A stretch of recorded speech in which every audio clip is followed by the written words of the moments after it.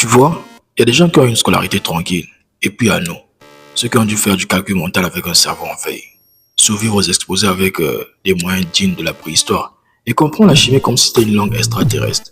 Voici mon témoignage, pas si unique, mais tellement vrai.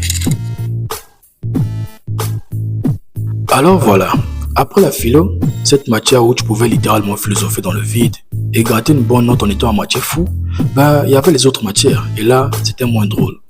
Prenons le calcul mental. Le calcul mental en soi, c'est pas sorcier. Ce qu'il est, c'est quand ton cerveau met trois plombes à allumer, que ta tête chauffe comme un PC Windows 98 et que pendant que tu calcules 12 fois 7, le prof est déjà passé à racine carrée de l'échec. Sur le moment, tu as juste envie de crier, mais qu'est-ce que je fous là? Et là encore, je te parle même pas des galères financières à la maison. Parce qu'étudier avec l'estomac qui gronde, c'est pas la meilleure ambiance pour réviser la table de 9. Franchement, parfois l'école ressemblait plus à un test de survie qu'à un lieu d'apprentissage. Et puis il y avait la chimie, frérot. La chimie. J'adorais l'idée, hein. C'était beau, mystérieux, scientifique, mais incompréhensible. C'était comme écouter une chanson en anglais sur l'agriculture.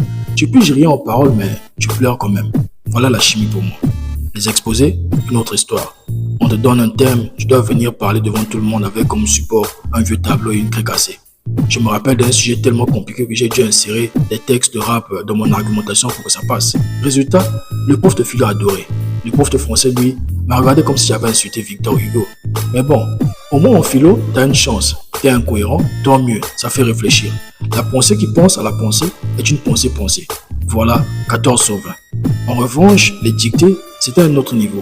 On te balançait des phrases que même Google Traduction refuserait d'interpréter. T'étais là, attends, c'est encore du français ça?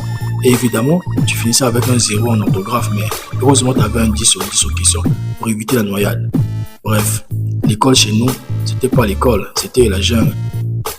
Pas besoin de koh on avait déjà survécu à pire. Alors ouais, on en a bavé. Mais quelque part, c'est ça qui nous a forgé. On a appris à s'adapter, à contourner, à créer, à survivre avec les moyens du bord. Aujourd'hui, on peut en rire. Mais à l'époque, c'était du sérieux. Comme quoi même dans le chaos, on peut cultiver de la force. Et parfois, c'est pas ceux qui brillent à l'école qui brillent dans la vie.